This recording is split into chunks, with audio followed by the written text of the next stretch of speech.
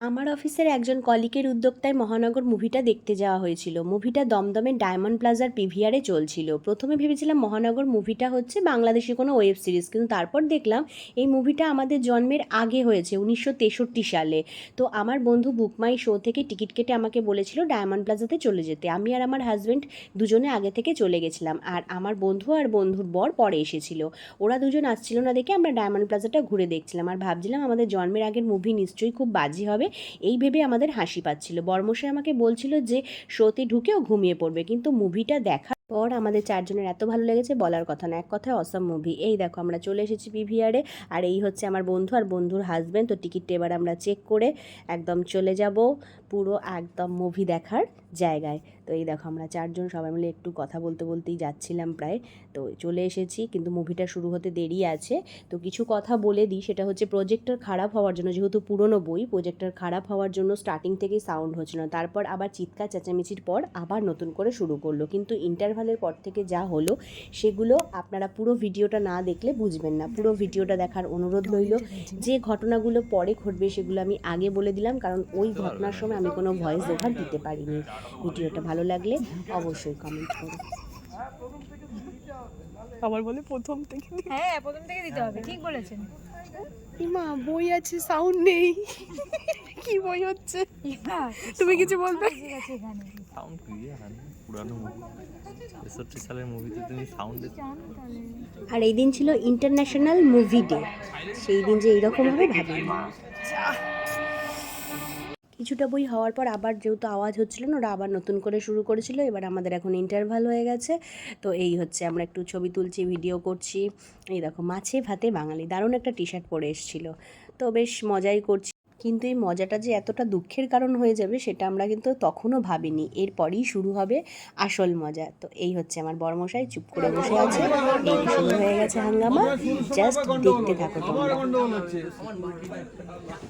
একবার হলে মানে পরপর হয় না এতবার।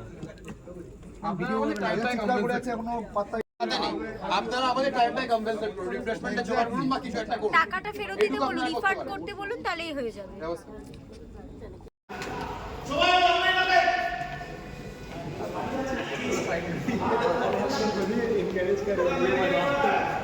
আমি ওকে ছেড়ে 7:30 শো 3বার আটকেছে, 2বার অডিও প্লে করেনি। আর এখন বলা হচ্ছে যে কখন ঠিক করাবে জানি না। টেকনিশিয়ান আসছে, টেকনিশিয়ান প্রজেক্টটা ছাড়িয়েই যাচ্ছে। লোকেরা গেছে, লোকেরা বাইরে হেনস্থা হচ্ছে। সিনিয়র সিটিজেনরা আছে, 10টা বাজতে চলে। একটা ইভিনিং শো, লেট নাইট। আগেকার দিনের বই বলে এত ভালো একটা মুভি, আমার এত ভালো লাগছিল দেখতে। একে চলো দেখি কি হচ্ছে। না দাঁড়া, পয়সাটা তো রিটার্ন নেব। দিয়ে দেখো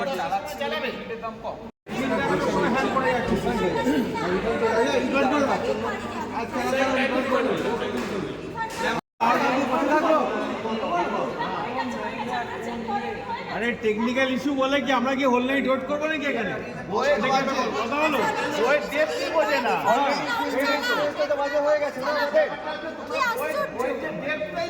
বুঝবে না এইসব এইসব বুঝবে না তো এইসব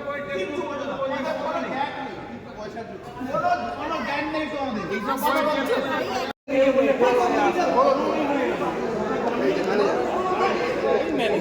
ম্যানেজার তখন সিকিউরিটি হয়ে ঘুরছিল।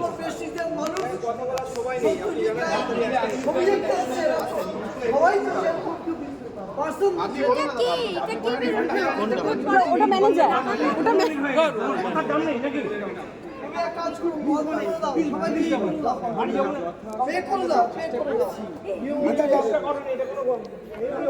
এবার কত রাতে বাড়ি যাবো আমরা, কত রাতে বাড়ি যাবো? রিফান্ড দিন, পয়সাটার টাকাটা রিফান্ড দিন, টাকাটা রিফান্ড দিন। আপনার যা অবস্থা প্রজেক্টরে দেখবো না, আপনি রিফান্ড করুন। একটু লাইন করুন, একটু লাইন করুন। হ্যাঁ আপনি আমাকে বলছে করুন। আচ্ছা লাবণী, কারা কারা অনলাইনে আছে একটু লাইন করো। এই তো আমরা আপনি কি টাকা ফেরত পাচ্ছেন দাদা? নিশ্চয়ই পাবো। জাস্টিস ফর মহানগর। অনলাইনটা কোথায় করবো? আর হয়ে গেছে, বন্ধ করে দাও, বন্ধ করে দাও। ছবি তুললে হবে না, দাঁড়া দাঁড়া, না ছবি তোলার কত ছবি তুই মেলাবি, কোনটা কি আছে?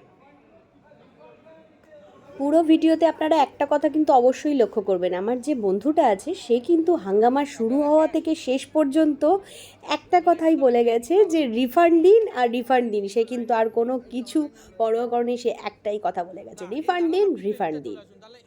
তো অবশেষে ওরা আর না পেরে আমাদেরকে রিফান্ড করে দিয়েছিল। বুক মাই শো থেকে যারা যারা অনলাইনে কেটেছিল তাদের আসতে টাকাটা 3-4 দিন সময় লেগেছিল, আমরা টাকাটা পেয়েও গেছি। আর যাদের বক্স অফিস ছিল তাদের সাথে সাথেই টাকাটা দিয়ে দিয়েছিল। তো চলুন শুনে নিই। সিনেমাটা দেখতে পেলেন পুরোটা? একদমই না, খুবই বেকার, একদম কিন্তু বেকার মুভিটা খুব ভালো চলছিল। ডাউনে করে দেবো, পিভিআরটাই ডাউনে করে দেবো। খুব ভালো মুভি, কিন্তু ভালো করে দেখতে পারলাম না, একদম বেকার। তো এখন ওরা কি বলছে? রিফান্ড করে দেবে, আবার কি রিফান্ড নিয়ে বাড়ি চলে যাবো? ওকে জায়গায় দুর্নীতি সব জায়গায়। যাই হোক, বই তো আর দেখা হলো না, কিন্তু রিফান্ডগুলো হয়ে যাবে সবার।